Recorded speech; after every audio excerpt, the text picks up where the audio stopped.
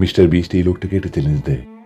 এই লোকটা যদি 1 বছরের মাথায় 45 কেজি ওজন কমাতে পারে তাহলে তাকে 2 কোটি টাকা পুরস্কার দেওয়া হবে। কিন্তু এই চ্যালেঞ্জের মাঝে এমন কিছু একটা হবে মিস্টার বিস্ট হয়তো স্বপ্নেও ভাবেনি। এই চ্যালেঞ্জটাকে পূরণ করার জন্য মাঝ কাদেরকে একটা ভালো জিম, ডায়েট ও একজন প্রফেশনাল ট্রেনার প্রোভাইড করা হয়। মাঝ তার এই ওয়েট লুজের জার্নিটা পুরো উদ্যমের সাথে শুরু করে। সে তার কোচ ওয়ালের সব কথা একেবারে অক্ষরে অক্ষরে পালন করত। মাঝ প্রথম মাসেই 20 পাউন্ড ওজন কমিয়ে ফেলে।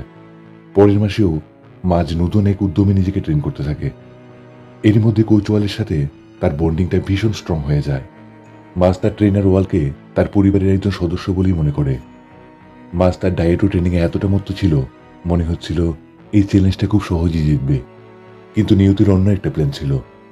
সামনে এমন কিছু একটা হবে যা ম্যাচকে পুরোপুরি ভেঙে দেবে। 85 দিনের মাথায় মিস্টার বিস্টের টিম ম্যাচের কাছে আসে। তারা ম্যাচকে জানায় যে কোচ ওয়াল আর এই পৃথিবীতে নেই। গত রাতেই ওয়ালের আকস্মিক মৃত্যু হয়। ম্যাচ কান্নায় ভেঙে পড়ে। তার ওয়েট লুজের মোটিভেশন নিমিশেই শেষ হয়ে যায়।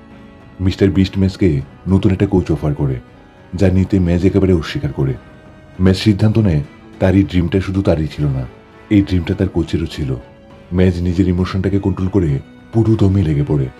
আগের চেয়েও অধিক ইন্টেন্সিটিতে ওয়ার্কআউট করতে থাকে, দিন রাত পরিশ্রম করে।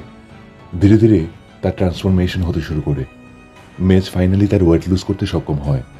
71 দিনের মাথায় ম্যাচ তার চ্যালেঞ্জটাকে পুরো করে ফেলে আর 2 কোটি টাকা জিতে নেয়। আসলে মানুষ চাইলেই সব পারে, শুধু সেই ইচ্ছে শক্তিটা থাকা চাই। সফলতা কিন্তু প্রবল ইচ্ছে শক্তির কাছেই ধরা দেয়।